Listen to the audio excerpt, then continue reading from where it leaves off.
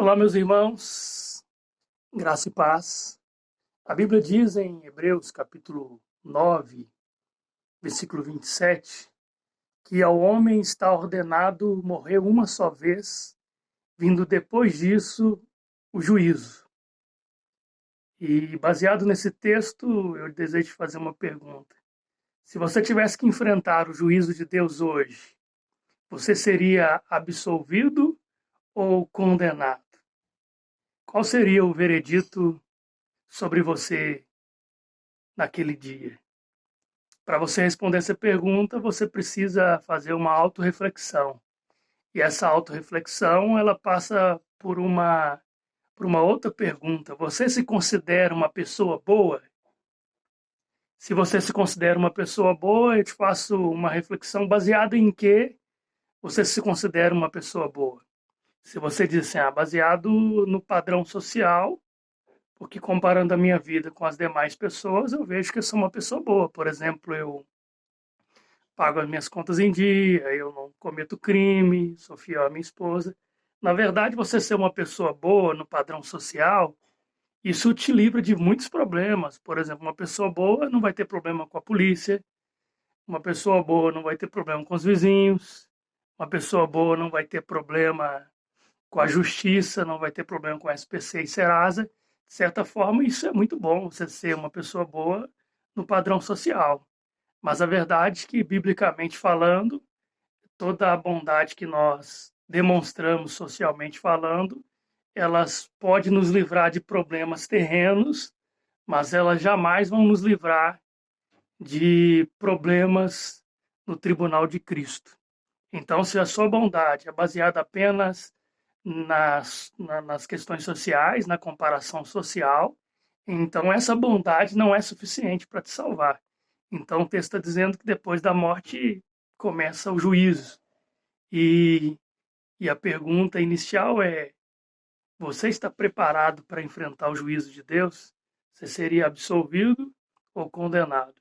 Se você se considera bom segundo os padrões humanos, já é um bom começo, mas isso não é suficiente para te salvar. Agora, deixa eu te fazer uma outra pergunta.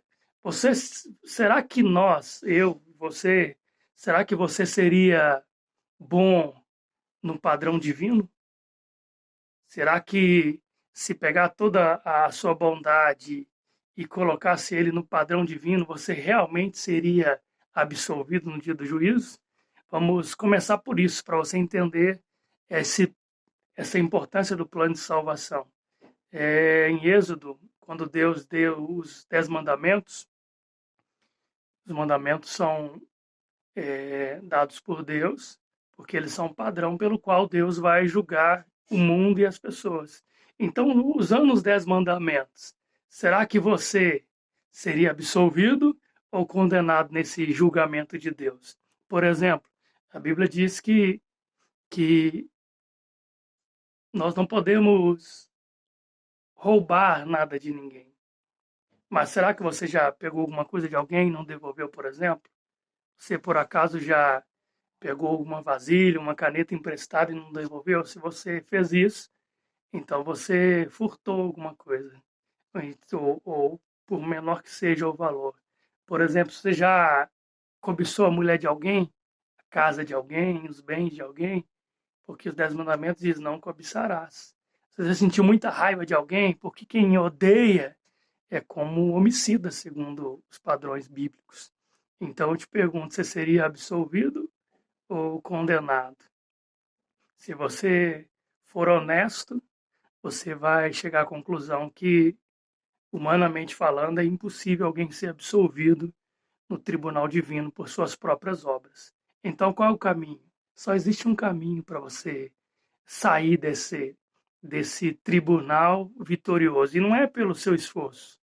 A Bíblia diz que Cristo veio ao mundo para salvar pecadores. Em João, 1 João capítulo 2, o apóstolo João diz assim: filhinhos, não pequeis, mas se todavia alguém pecar, temos para com Deus um advogado, a saber, Jesus Cristo justo.